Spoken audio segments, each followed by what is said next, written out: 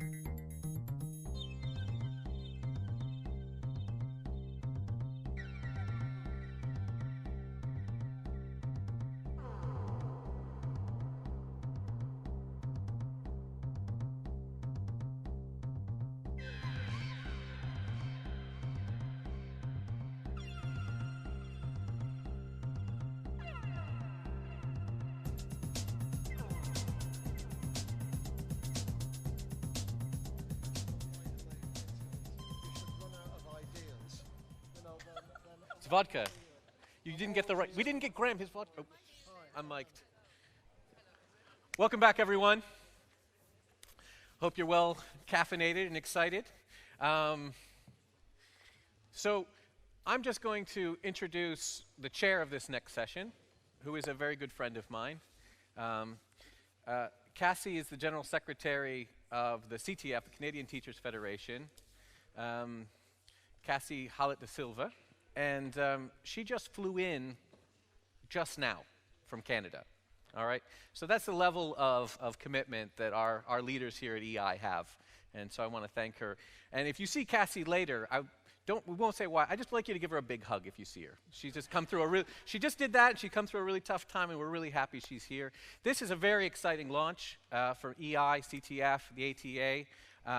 With Graham and just such high-power speakers. I'm not going to speak too much more. I'm just going to turn it over to them, let you enjoy. This will be interactive. I think Angelo is somewhere with a roving microphone. He's also offered to polish shoes, so you have two if he gets near you. But I don't know if I would actually recommend that. You can see mine. Thank you very much. Over to you, Cassie. Thanks, David. Good morning, bonjour, buenos dias, guten Morgen. Colleagues, welcome to this conversation. I'm afraid you've been given a slightly false impression from the agenda that this is a standard panel. It won't be. This is very much a conversation that we are inviting you to join, a conversation some of us have been engaged in for the last several months. As David has said, I'm Cassie Hallett, Secretary General of the Canadian Teachers Federation, and it is very much my pleasure to be here despite travel delays. With me this morning are some colleagues who have been working with me for the last many months.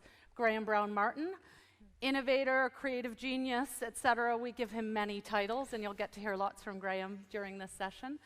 Skipping just down, Dr. Phil McRae from the Alberta Teachers Association, researcher and colleague in one of the member organizations of the Canadian Teachers Federation.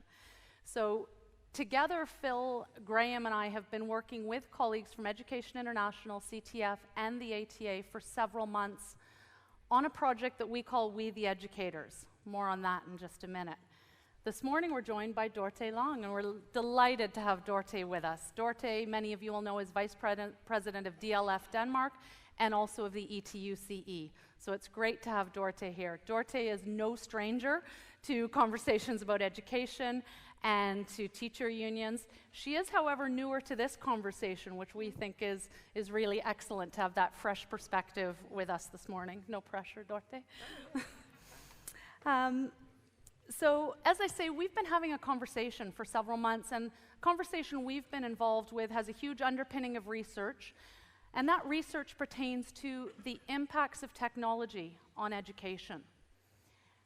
But we haven't been wrestling with the research so much as we've been trying to wrap our heads around how do we engage our profession, our base, as Dr. Hargreaves was mentioning earlier, and more importantly, perhaps, the wider public in conversations about the impacts of technology on education.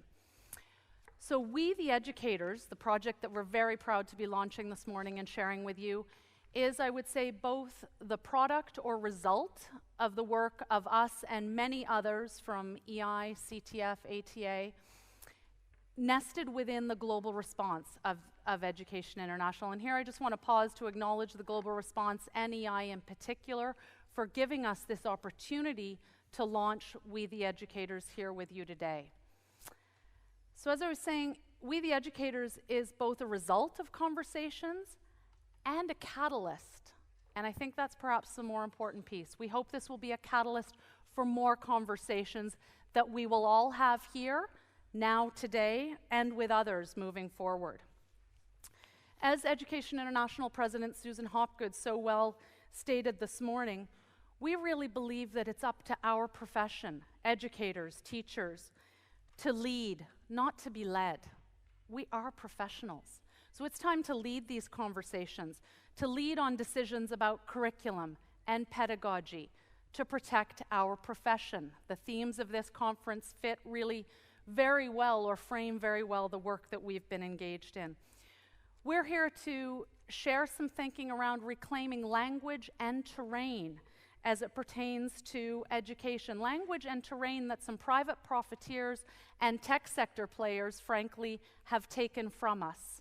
And as professionals, we need to exercise our agencies and get out in the lead here on these conversations.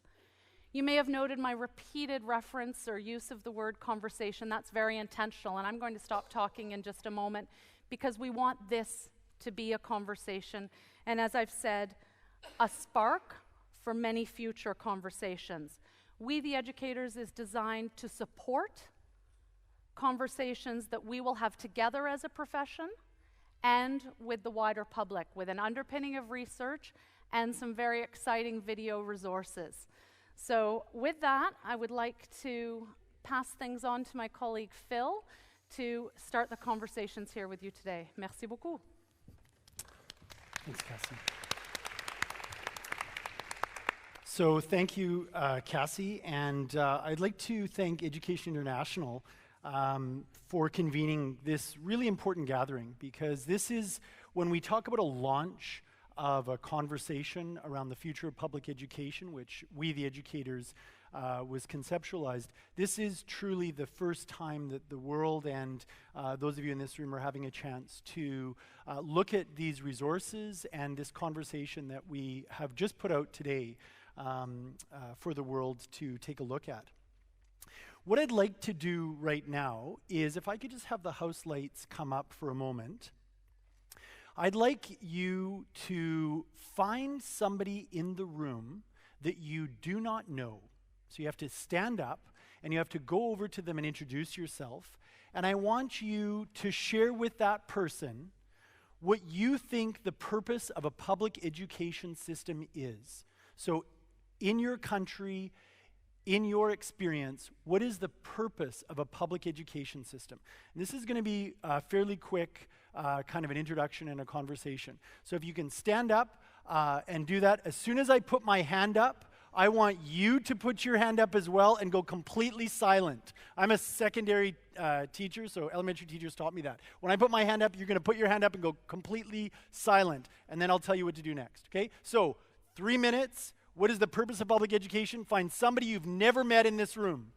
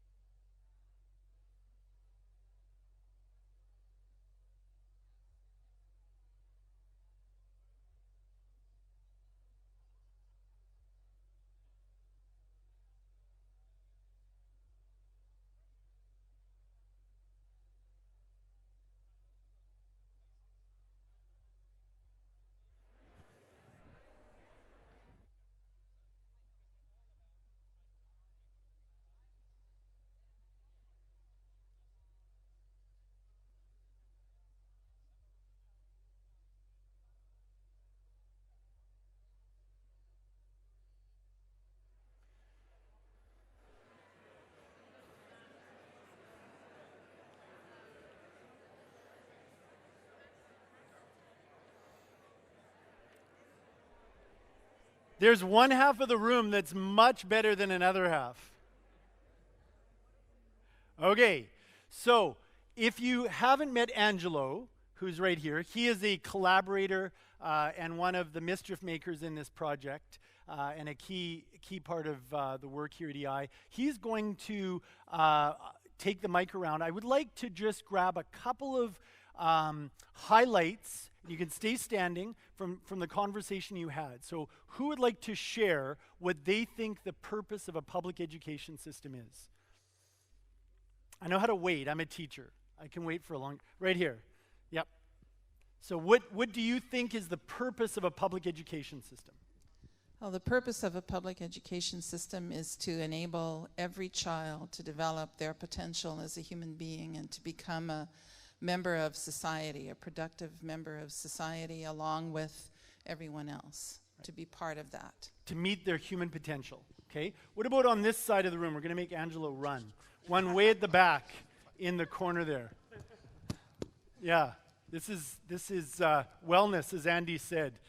So again, from your perspective, the purpose of a public education system, because this leads into the fundamental question that we started on with this project. Okay, go ahead. So for us, it's the best way to reduce inequalities. So pour nous, c'est la meilleure façon de réduire les inégalités. Great, thank you. So this question, I've been involved with former premiers in Alberta, ministers of education, and I've heard responses like, it's to get them ready for the workforce, right? 21st century-ish skills, which if I hear 21st century learning again, I'm going to fall off a stage.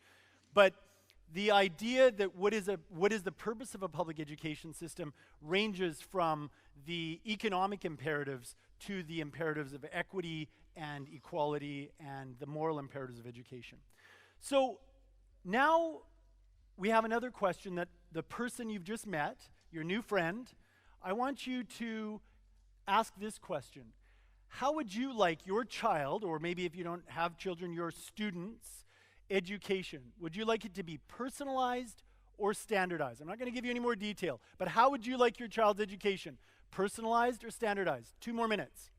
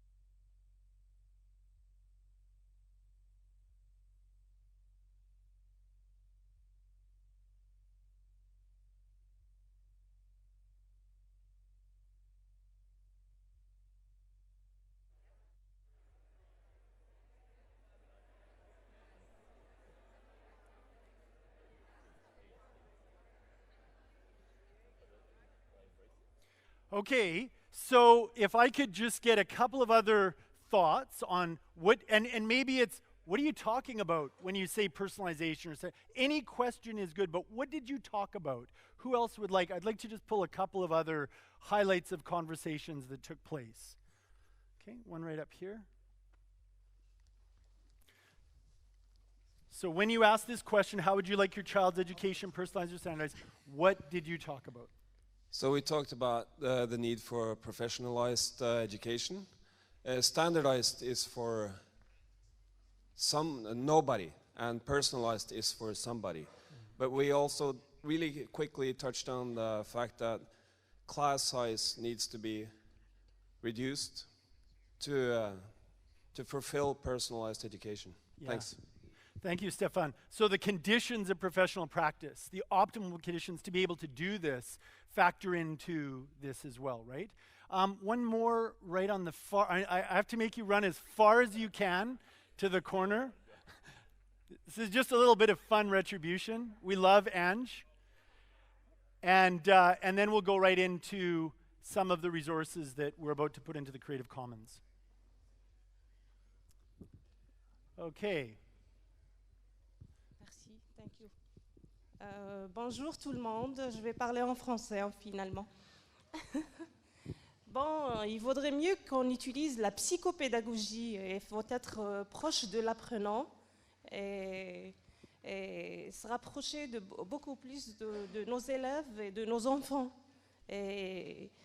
C'est-à-dire, il ne faut pas rester toujours l'enseignant et celui qui exige et donner les instructions à suivre.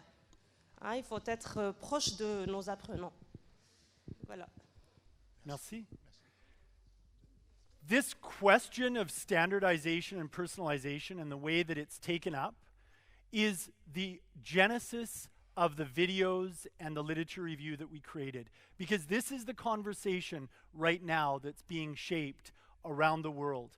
We're hearing from corporations that say teachers can't personalize learning, only the algorithm and the adaptive learning system, the machine can. There's all of this debate going on. We're seeing greater pushes for standardization, the reduction of professional autonomy, but this was the origin of the question that we had. So what we'd like to do now is show you the video. If you could just shake the hand of your new friend and grab your seats again.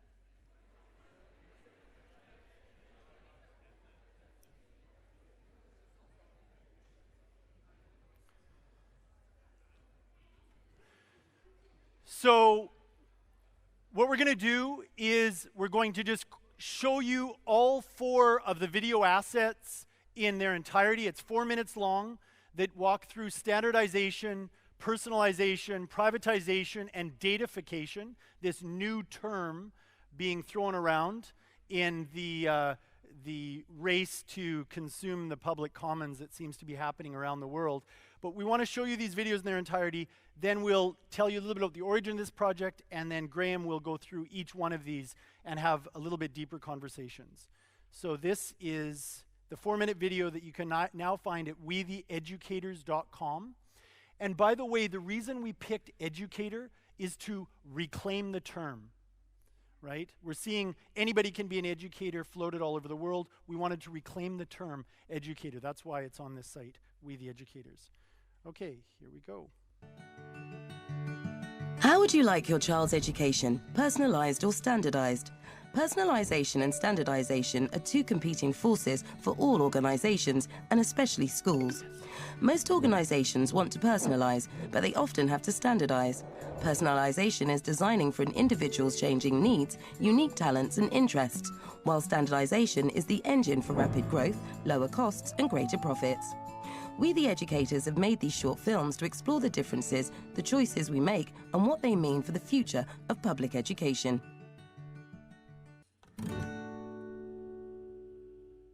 Personalization is a relationship between people that demands a deep understanding of changing needs, unique talents, passions, and interests. Personalized learning then demands high-quality teaching that is responsive to the many different ways children can become their best selves. This means shaping teaching around the way different students learn, taking care to nurture the unique talents of every child. Teachers draw on a repertoire of strategies and techniques to tailor an education to meet the needs of every student, to create a great school that works for all. The teacher and the learner work together to keep the person in personalization.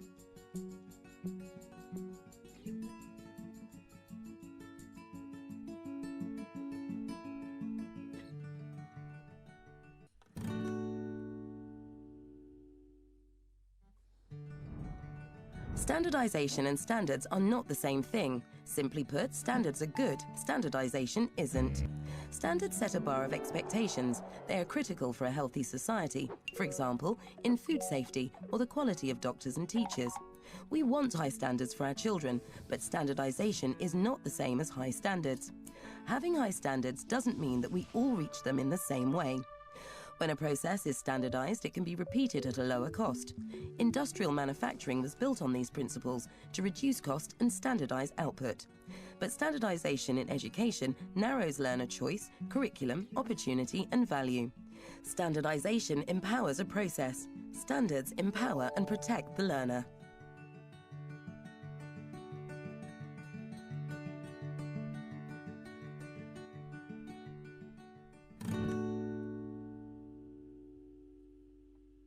Privatization transfers an industry or service from public to private interest. Proponents of privatization believe competition in the private sector fosters more efficient practices, leading to better service and products, lower costs, and less corruption. However, critics of privatization argue that services such as healthcare, law enforcement, or education should be in the public sector to ensure greater control and equitable access by society. It's hard to imagine an excellent education system or public sector without equity, and yet decisions about the public sector, including ownership, are too often made by those who do not use it. To be profitable, privatization depends on standardization to scale, reducing cost-prohibitive services and the ability to meet unique needs.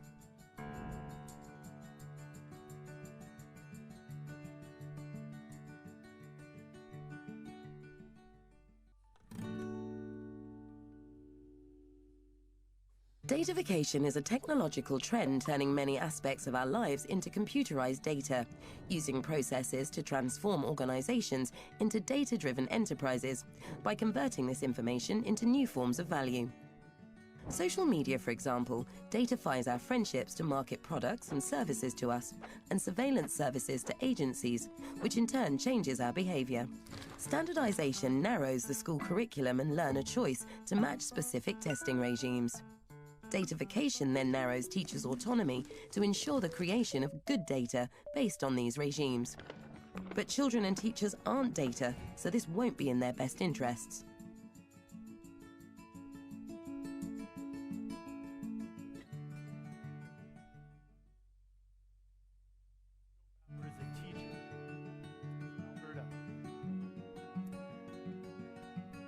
So these videos are available. Well, actually, yeah, we'll give the team a hand. These videos are available in French, Spanish, and English, as are the literature reviews that underpin all of this work, are available in English, French, and Spanish on wetheeducators.com. And I think what's really important here is now to give you a quick sense of what this project was conceptualized to be. So what are the pieces, which Graham will go through, and then now what are we going to do about that collectively or together? This room is deeply aware of the tensions with standardization, personalization, the ambiguous notion of personalization, privatization, and this kind of new and growing force of data gathering, mining of children, teachers, datafication, big data. But one of the things that happened with this project is it was initially, in terms of the what, only to be this, a literature review. A short, tight review of what did the research say, both positively and negatively, what was the field around standards and standardization, personalization, who had done research and scholarship around it, privatization, the different kind of arguments for and against, and datafication. But what we decided is that this conversation is too important to just sit in a monograph. And that's why the videos then came out of that. This is a very short project that initially with Education International, CTF, and ATA was to be in one language, one literature review, that then expanded in December into 3 languages with a lot of different collaborators helping to translate, then into 4 video assets that deconstruct in 30 seconds each of the kind of research base that's in this literature review, to what is, we hope today, the beginning of a conversation that's global in nature around what do we want for public education? Where can this go in the future? The resources, as we said, can be downloaded. These are all in the Creative Commons. We want you to take them, use them, repurpose them as you see fit, French, English, and Spanish. and the video assets, which again are in 3 languages, can be downloaded, used in your own presentations, or others. And this conversation, which was launched moments ago, we are going to really use social media to put it out into the world and have parents and teachers engaged in this very interesting and complex conversation. And I say complex for this reason. In 2013, I was in San Francisco at a meeting of 25 people, senior academics, a director of the Gates Foundation, an executive vice president of one of the world's largest publishing companies, which I won't name, but you can guess. And in this room of 25 people, the executive vice president of the publishing company said, we can now, using our algorithm and the data gathering that we do, predict with 85% certainty whether this child in grade 3 will ever be successful in the rest of their education career. And the room clapped. They found this a great seduction. They thought this was wonderful. And I was horrified and shocked that they thought this kind of use of data, this false sense of personalization, was going to be the future. This predictive analytics is what they talked about it. So it became apparent at that time, and with the work in this project, that we need to educate our colleagues, each other, and have this conversation with parents and teachers about what datafication is, the forces of privatization, standardization, and really, in many cases, the depersonalization of learning that takes place. So now I'm going to turn it over to Graham to talk about the so what, each of the different pieces. Thanks, Phil. So what I'm going to do now is just, because we're a little bit short on time, in each of these sections in the materials that we've created in itself could be an hour or half an hour conversation, which is exactly the purpose of these sections. But what I'm going to do is I'm going to take you through each of the chapters, starting with personalization and then standardization and then privatization and datafication. And then I'd like to invite you to take part and think about what you've seen and what you've heard, perhaps make some comments, ask some questions. We'll also have the opportunity to ask our colleagues here about what we've created, to give you a feel for how this material may be used in the public domain. As Phil said, it's all being placed in the Creative Commons. You can download it, you can cut it up, you can criticize it, you can add things. As long as you're talking about it, that's the main thing. It's really about having a conversation between teachers, between parents, between policymakers, to put this whole conversation about what we value into the public domain. So let's start with the first one around personalization. How would you like your child's education, personalised or standardised? We, the educators, have made these short films to explore the differences, the choices we make, and what they mean for the future of public education. Personalisation is a relationship between people that demands a deep understanding of changing needs, unique talents, passions, and interests. Personalised learning, then, demands high-quality teaching that is responsive to the many different ways children can become their best selves. This means shaping teaching around the way different students learn, taking care to nurture the unique talents of every child. Teachers draw on a repertoire of strategies and techniques to tailor an education to meet the needs of every student, to create a great school that works for all. The teacher and the learner work together to keep the person in personalisation.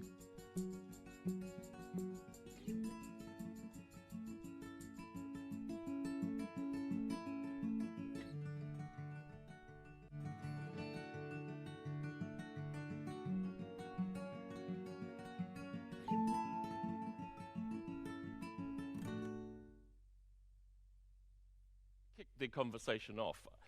It's interesting, really. I mean, I was mentored by a gentleman called Seymour Papert, who some of you may remember from MIT and one of the pioneers of constructionism, his learning theory, and also logo and artificial intelligence and so forth. And back in the days of personalized learning, it really meant about the relationship between people.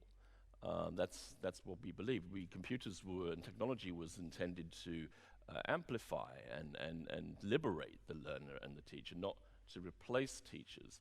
But what I've noticed, and I'm sure many of you have now, if you do an internet search on personalized learning, it's all about computers. You go to a computer trade show, an ed tech show, and lots of people will tell you. I remember speaking to an executive at Intel and telling me how a computer personalized learning. I'd like to ask the panel, this, if you like, hijacking of the language of teaching, personalization and personalized learning by bureaucrats and technocrats.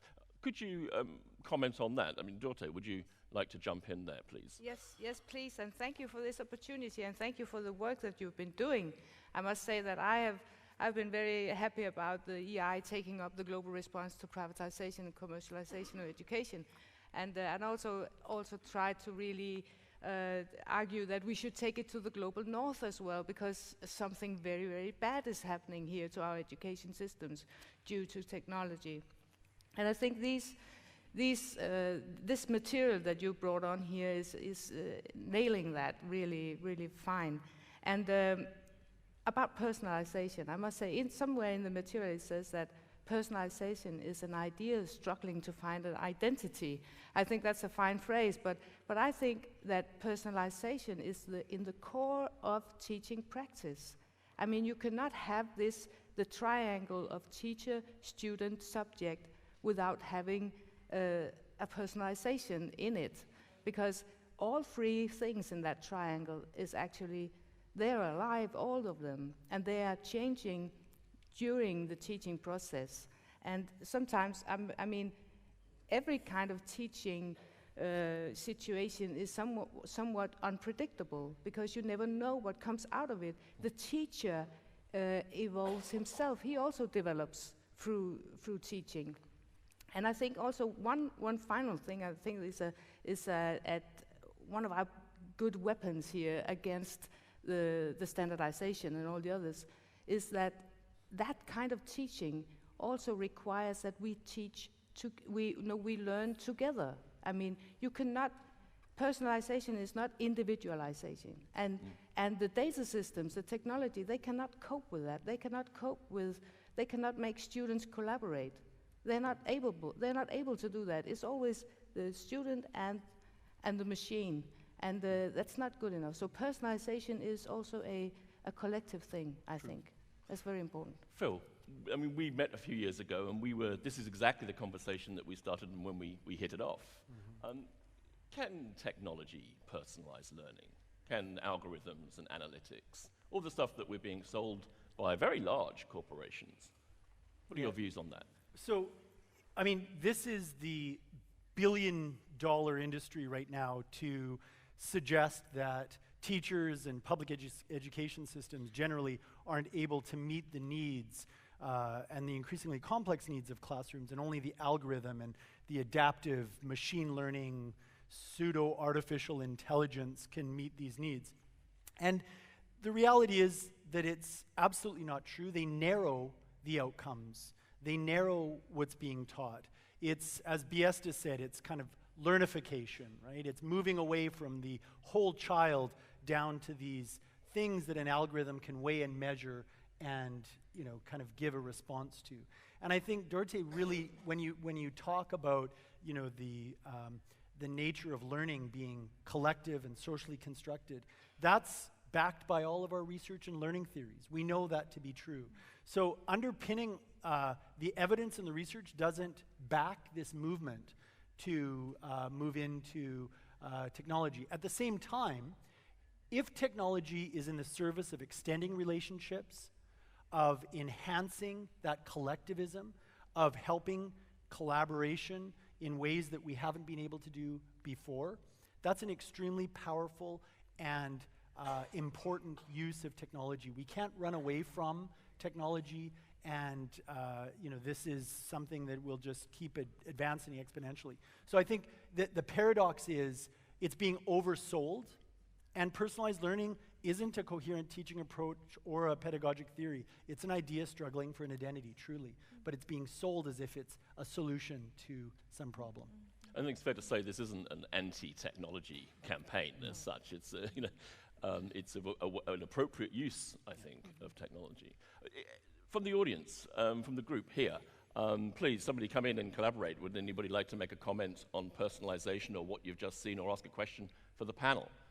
Please don't be shy. I'll get Phil to pick you.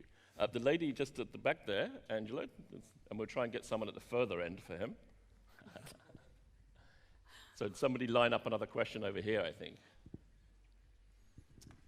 Hello, my name is Philippa Cordingley from Curate. The thing that I think we need to remember is that purpose is always key.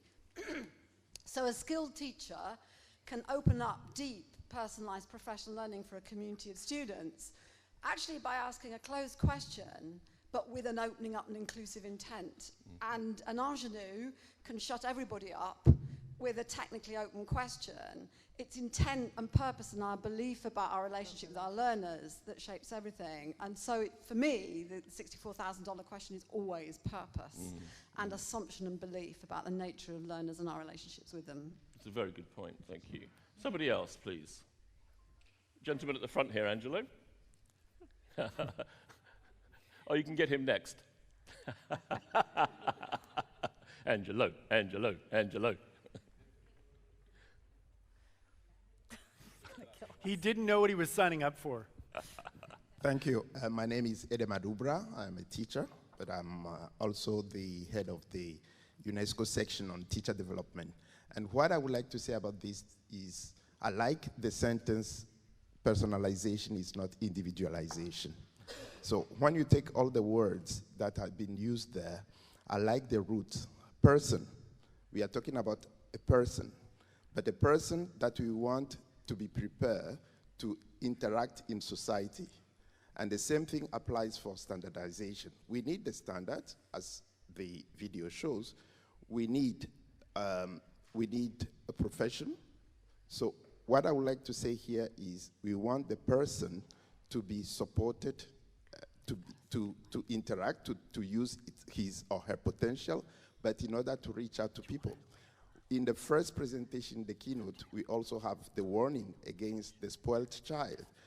Personalization should not be confused with I, me, but it's also to take out of the person that I'm a person connected with others.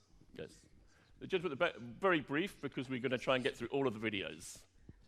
The gentleman at the back. Thank you. Allô? Hello. Ok, merci. Bonjour. Je me présente. C'est M. Garba Ilou, chargé de la communication du Syndicat national des agents de la formation et de l'éducation du Niger.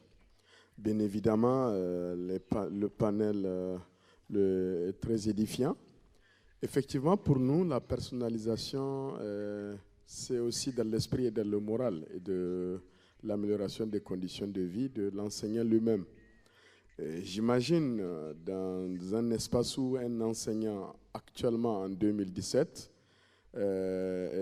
enseigne des élèves dans une classe payotte, 99 à 100 élèves dans la seule classe, avec 3 mois d'arriérés de salaire, avec sans électricité dans la brousse, à 12 km de la capitale. Là, je renvoie la question au conférencier. Qu'est-ce qu'il pense de la personnalisation de l'enseignement dans ce contexte? Merci beaucoup. Okay, thank you. Yeah. So that's a really excellent question. So we talk about personalization, and because personalization costs money, doesn't it? Really, you qualify teachers, put smaller class units. But the gentleman there is talking. But what about the world, outside the Western world, where you're in the middle of nowhere with over 100 people in the class? Very few resources. How do you then manage personalization? Isn't standardization then a better thing in that situation? Who would like to tackle that? I think, premièrement, merci pour la question et les commentaires. I think none of us would say that standardization is better in that case, but you've asked a critically important question, and for me at least, and I think for many of us, it brings us back to the pillars of the very successful Education International campaign, Unite for Quality Education. And of course, one of the pillars that we're all familiar with and have been advocating for in that campaign is quality conditions for teaching and learning, as well qualified teachers with the adequate resources and tools for teaching. So firstly, we need to keep up that advocacy in developing countries in under-resourced contexts, and there'll be a panel on that later on at this conference, actually. How can we address the very real needs in these under-resourced contexts so that students and teachers are able to have the relationships that one of our colleagues here already spoke so eloquently about that are key? Teaching is a relational occupation. Learning needs that strong relationship with the qualified adult guiding the learning. So it's not an easy answer. The first part is advocacy, but I do believe there are ways, even in those ridiculously oversized classes in the world, for teachers, if as professionals they are supported to work with each other, supported by their unions, to create ways to get to know those students and actually engage students in helping each other. It's so not an ideal to have 90 students or more in a classroom, we know that, but there are ways if we can harness the professional agency of teachers to find solutions. That's great, thank you. As you can see, even with that first video, I think there's a lot of questions, a lot of conversations. You can see how these materials are designed to catalyze conversation. So moving swiftly on, and we're going to try and get these all in now, so we may not be able to give this one quite as much time. We'll go on to standardization. How would you like your child's education, personalized or standardized? We, the educators, have made these short films to explore the differences, the choices we make, and what they mean for the future of public education.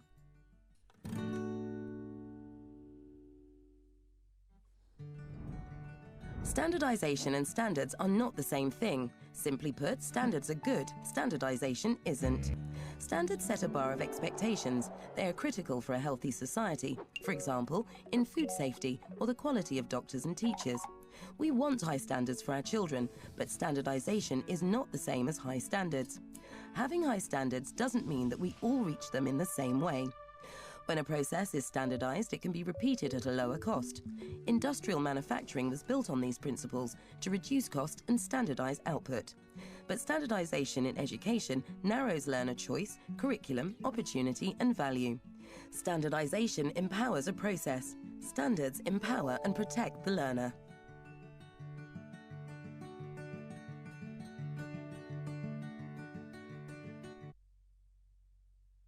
An interesting one. Does somebody want to come in on that? I mean, there's a fairly, some people say, controversial statement about that standards are good, standardization isn't. Would somebody in the audience like to, in the group here, like to comment and come in on that? No one's feeling it?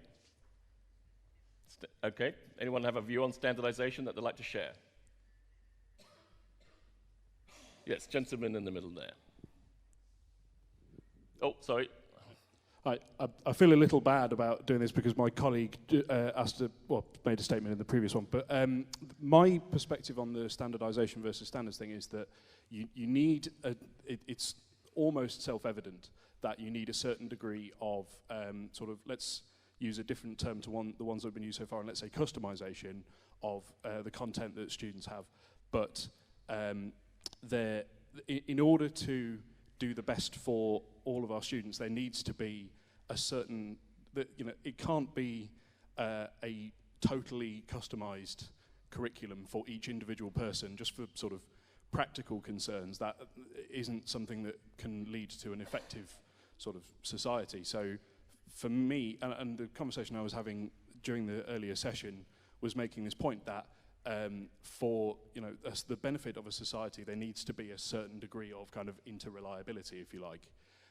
So I would say that although I agree that standardization and standards are not the same thing, and that standards are the kind of the more positive form of the issue, I think the question there needs to be a question about how you avoid a one-size-fits-all approach while also preserving a kind of a shared understanding of quality and progress and achievement across and within a society. Yeah, yeah. Anyone else? There was a gentleman that was, the lady back there, a gentleman there. And hopefully you'll share these later and have that conversation. Please go ahead, sir. I think the use of the term standardization freighted with such a negative connotation is somewhat problematic. If standardization involves a sort of societal consensus underpinned by a political consensus that quality should be at the heart of teaching and learning, it is not necessarily a bad thing. And I would just be a wee bit concerned that in attempting to reclaim language, we would include all words in that reclamation. I think standardization is something that is reclaimable as well, but provided there is a political consensus underpinning a societal consensus. So that's an interesting comment. Reclaiming standardization, that's a new twist. I like that. Gentleman here, and if you could just keep it very brief so we can go on to the next section. Apologies for rushing us along, but you can see how this material creates conversation. Go ahead. ¿Aló? Buenas tardes, buenos días. Soy Mario Aguilar, presidente del Colegio de Profesores de Chile. Voy a hablar en español. En español no existe mucha similitud entre la palabra normas y estandarización. Por lo tanto, en español es fácil hacer la diferencia entre normas, que son absolutamente necesarias en las escuelas y en el funcionamiento de cualquier grupo social, y estandarización, que es un concepto que viene del mundo empresarial, del mundo del management, del mundo de la productividad, y que se ha contaminado los procesos educativos. En Chile nosotros tenemos eso llevado al extremo. La idea de que un resultado estándar es igual que calidad de la educación ha generado mucho daño en el trabajo directo de educación. Y entonces yo diría dos cosas. Primero, que no hay nada más lejano a el aprendizaje que el estándar. Si hay algo que está lejos de ser estándar es cómo aprende un niño. Cada niño aprende en forma particular. Así que yo tenga 10 alumnos en la sala o tenga 100, cada uno de esos estudiantes aprenderá de manera específica, particular a su realidad y a su contexto. Y lo segundo es que hay otra trampa, que es decir que los estándares podrían ser parte de un consenso social, porque en la generación de esos estándares no ha participado nadie de la sociedad civil, de la sociedad en su conjunto, sino que lo han creado expertos, entre comillas, que son expertos que casi siempre provienen del mundo de la economía y no del mundo de la educación, y ellos han impuesto esos estándares. Por lo tanto, la estandarización en definitiva es más daño que beneficio dentro del sistema educacional. Very interesting points there about the contamination of standardization and standards. We're going to move quickly on now. Again, apologies, but want to make sure you see it all and have an opportunity to comment. So, privatization. How would you like your child's education, personalised or standardised? We, the educators, have made these short films to explore the differences, the choices we make, and what they mean for the future of public education.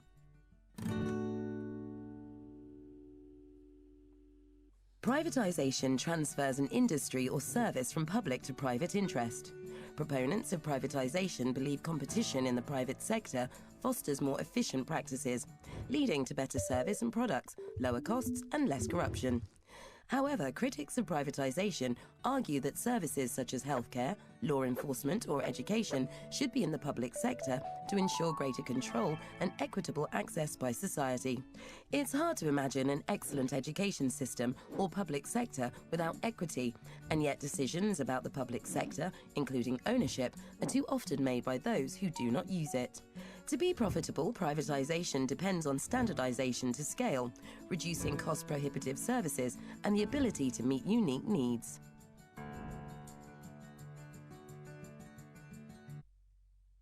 Cassie, I'd like to ask you a question. So, we see quite often in difficult situations, and there's been a lot in the media recently on the African continent with a large number of children, 50 million children don't have access, and particularly girls, to high-quality education. Does the private sector not have a role to play? I mean, we hear a lot about PPP, sort of private-public partnerships, corporations, edu-businesses moving in and providing education to African children, for example. Do they not have a role? Is it always bad? Loaded question, thanks, yes, Graham. It's very loaded. Anyone who's read my blog? just my perspective, and I'll be brief so we can hear from the audience and keep going on through the videos as well. I don't think many of us would say there's no role to play. However, it must be a supporting, following the lead of the profession role where the private sector is engaged, not replacing the profession, not setting up for-profit schemes where young children have to arrive at the door of the school with their fees for the day, and if they don't have them, they're not admitted for the day. That's egregious, offensive, etc., and make it worse, they're often not taught by qualified teachers in those contexts. So if the private sector, like certain publishing houses, want to continue publishing quality texts that qualified teachers use, bring it on. But to replace the profession as designers of curricula, policy, school heads, et cetera, that's not on. I mean, we're seeing a lot of like the idea of scripted learning. I mean, designing a curriculum, for example, in one part of the world and delivering it via technicians effectively reading from a script. I mean, that's happening with taxis now. Why not education? How then does the child ask a question? If it's not on the teacher's script, how then is there any inquiry? There's so many reasons why an out-of-the-box or scripted model can't work. Anyone would like to come in on that one? Just a brief one question from the audience, please. At the back. I like what you've just said there. I think I would take it to the call centre situation where you phone up with a problem with your own technology in the house and they can't come off script, so you can't move anything forward. And I think if you go to script learning for young people where the technicians are delivering something that somebody else has written elsewhere, they can't go off script, how are you going to educate our young people properly? We'll have call centres for schools. Not going to work very well, is it? Good point. One of the, Graham, if I can just, yes, when we first conceptualized this project, Graham and I were talking about the Uberification of learning, right? And this is, each of these components fit together. So the standardization piece, how do you standardize? Well, it goes to private capital. They basically create that call center model, and you know, it's done like a widget, right? Which is not personalization. It's really going back to your point about the individual. They're trying to atomize students, pull them out, market directly to them, and standardize, you know, the both platform, curriculum, and so on. And they being, you know, an $11 trillion industry in education globally that is being sought after. So the stakes are really high, but we can't look at these in isolation. Just like education systems are like the limbic system of a society. You can't just pull it out of the body. It's connected to everything else. That's the same with standardization, privatization, personalization, and then the final video, datafication. These are all fitting together in this kind of larger narrative. How would you like your child's education, personalised or standardised? We, the educators, have made these short films to explore the differences, the choices we make, and what they mean for the future of public education.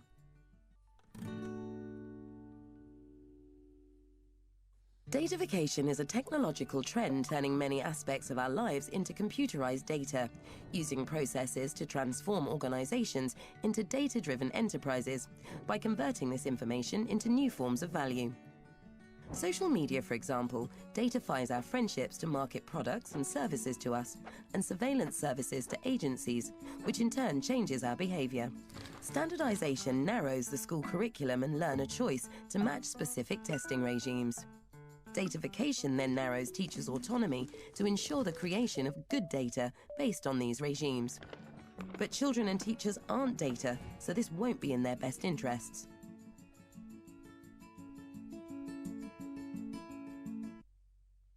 So there's a point in there about data and collection of data that changes our behavior. It's kind of, I think, what Michel Foucault called the panopticon, being constantly observed. Just the panel, how, and whoever wants to go first really, how do you think that teacher behavior and autonomy is being changed as a result, or could be changed as a result of this computerized datafication of their performance? Well, may I go first? I think that's obvious, actually, that when, and we see that in Denmark, for instance, where I come from as a Nordic country, we see that a lack of teacher preparation and these demands of having to run tests and having to write into platforms, computer platforms, how my students are doing in every subject, in every goal. And I think that's, and that is standardizing also the teaching in some ways. And it's making it, it's more, sometimes you really have to do some kind of standardized things because you don't have the time to work out your own good teaching. And the problem here, I think, is that the teachers are more and more getting off the leading position where they should be this debate, in this taking the lead and taking responsibility actually over the students' learning. And that is what I think we should do in the EI and local level, on global level and regional level to enforce that to be re-established. But some people might think that this is a sort of satellite navigation for teaching. Is that not a good thing? Prevent people getting lost? You mean by satellite navigation? Yeah, like in a car, we use satellite navigation. So, oh, yeah. Then the teacher doesn't have to prepare lesson plans and so forth. So it's much easier to be a teacher. So why do we as unions, why do we not fight for an easy way to be a teacher, you see? Yeah, that's it, but still that's not what we want to do. We have this saying in Denmark that we did not become teachers because we want it to be easy. It's difficult. It's really, tough, really difficult. Yeah. And it should be. Mm. One more comment? Someone from the group here? Anyone like to go on? Right, in which case I'll move on and to Phil. Thank you. Thank you very much. One piece, thank you, Graham, on datafication that I think we have to be really cognizant of as the profession is that undermining a lot of what's happening with the gathering of data and the profiting from it, or using student data, students like a bank machine where you can extract this data and then it can be resold and marketed as profit. Undermining this is a lack of trust in many of our different societies. And one of the things with datafication that we have to really respond to is, and I agree with Dorothée, we have to take responsibility. We have to have the ability to respond, right? Building assessment capacity within the profession, as opposed to what we hear about in Canada too often, which is an accountability, the ability to count, the ability to quantify what's going on in classrooms. And I think this debate around datafication, and we need more data, what I see in our teachers in Alberta, and it concerns me, is that teachers know, given their classroom environment, quite quickly where they have struggling students and maybe how they can respond. But increasingly, there are others far away from the classroom who are asking for them to prove it or give them that data. And that undermines their practical wisdom, their professional autonomy. And that's a really big concern. Susan Hopgood this morning talked about two goals of this gathering. One being that we need to shape the standards, and two, that we need to take the professional autonomy to shape those standards. I had a meeting yesterday with our first Canadian female Prime Minister, the Right Honourable Kim Campbell. She shared with me something that is research in Canada that was quite striking. In the nursing profession in Canada, when they looked at hierarchy and a lack of professional autonomy, they found a 6% higher mortality rate in the patients when nurses did not feel they had that autonomy, when people didn't trust them to act on the patient's behalf. I think we have to think about education and our responsibility, our ability to respond in terms of what we have. Doesn't mean that we reject data, we reject accountability, but we need to have more of a responsibility. So now what do? Really, in the last 3 minutes, we want to talk about this work as a painting never finished. This is the beginning of a conversation. So we want to ask you to help us get this on social media platforms in Spanish, in French, in English, within your networks, within your personal and professional networks, and to take the debate up over standardization versus standards. To talk about, what does personalization mean? Is it the individual, collective, or both? Have these conversations flourish in your communities and also maybe globally, whether it's on different social media platform.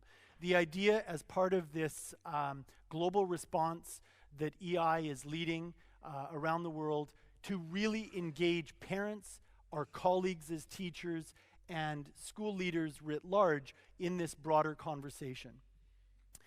The Creative Commons dimension of this means that this work is out there in the world, and we won't be controlling the conversations or the use of this material. We want people to download it and take it. We hope in the back we have enough print copies of the English version for everybody. We have Spanish and French copies for those delegates here that are needing those copies. But we really want you to take this document. It takes about 15 minutes to read the literature review and give you the full spectrum of the research. It's 4 minutes for all 4 videos. So we've tried to create this as a really accessible conversation. Even if it's you pick one of them, 30 seconds to get the debate and the conversation going. We really need this to be a now what for all of us. We've given you the what, which are the resources. The so what is the conversations that we started to have here. Now what is we really want this to go out into the world. And the viral lift, as Graham calls it, on multiple platforms. If you go to We the Educators, it's actually linked into multiple platforms right now. And we'll see this conversation probably grow organically in the next 24 to 48 hours, fairly rapidly given the nature of the platform. And so the more that we can help stimulate, catalyze, and shape that conversation from this room out into the world, the greater our opportunity to really reclaim these spaces and reclaim this conversation generally. So the hashtag We the Educators, the website and the link wetheeducators.com is there for you and for really the world. And I want to, on behalf of EI and CTF and the ATA, Nicola, Mar, and Angela who worked at EI, Bernie and Cassie from CTF, my colleagues Dr. J.C. Couture and Dr. Lindsay Yakamishin at the ATA, and Graham, I want to just share how I really enjoyed this project. I found it really professionally rewarding, but I think most importantly now is that we must take action collectively, because if we don't own the dialogue on datafication, personalization, standardization, and privatization, we will find ourselves lagging quite quickly. So with that, I want to thank everybody, and any last comments from the panel? Okay. Please help us lift it. Yeah, help Please us lift this into the world. Thank you very much. Thank you.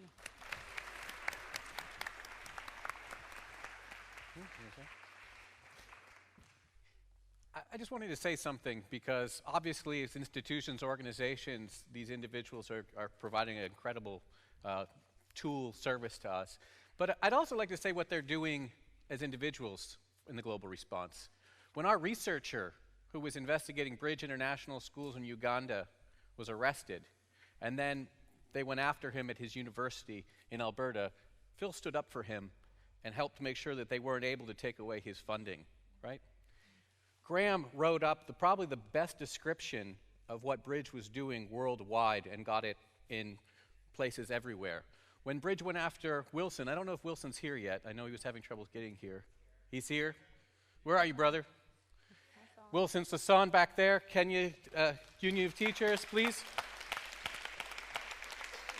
When the corporation Bridge tried to put a gag order on him, DLF and others have stood up to stand with him to make sure that he has the resources and the support to make sure we push this way back into the ocean and down under the shelf. And obviously Cassie has been there with the global response from the beginning. I just wanted to thank them as individuals, because beyond what they do for us organizationally, they're deeply invested individuals. They're very good friends of EI, and we want to thank them very much. Thank you all.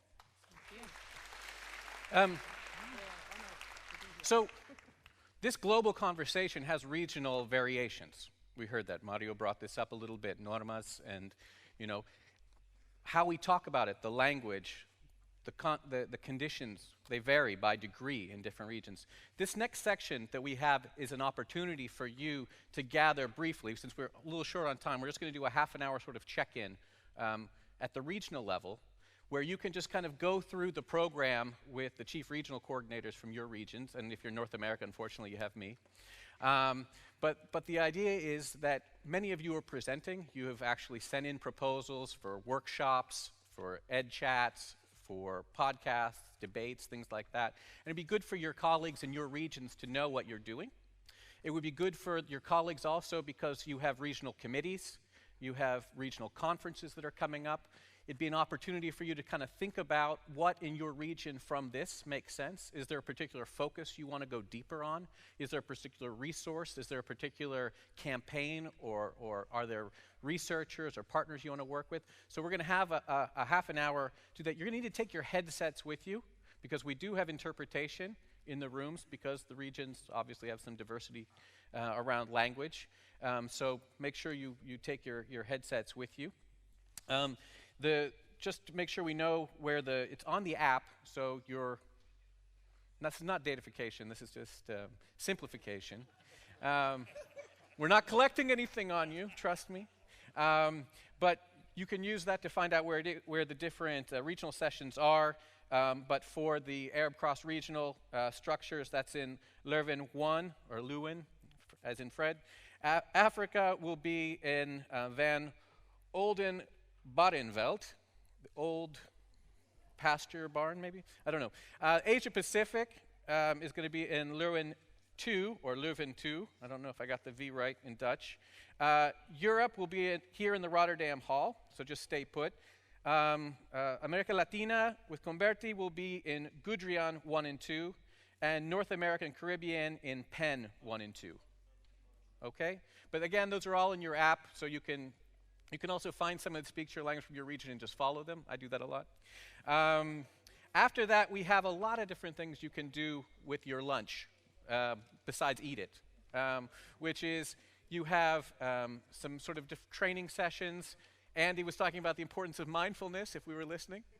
We have a session kind of talking about mindfulness. Maybe some of you can bring critical perspectives in there or just enjoy it. We have a series of ed chats that are happening.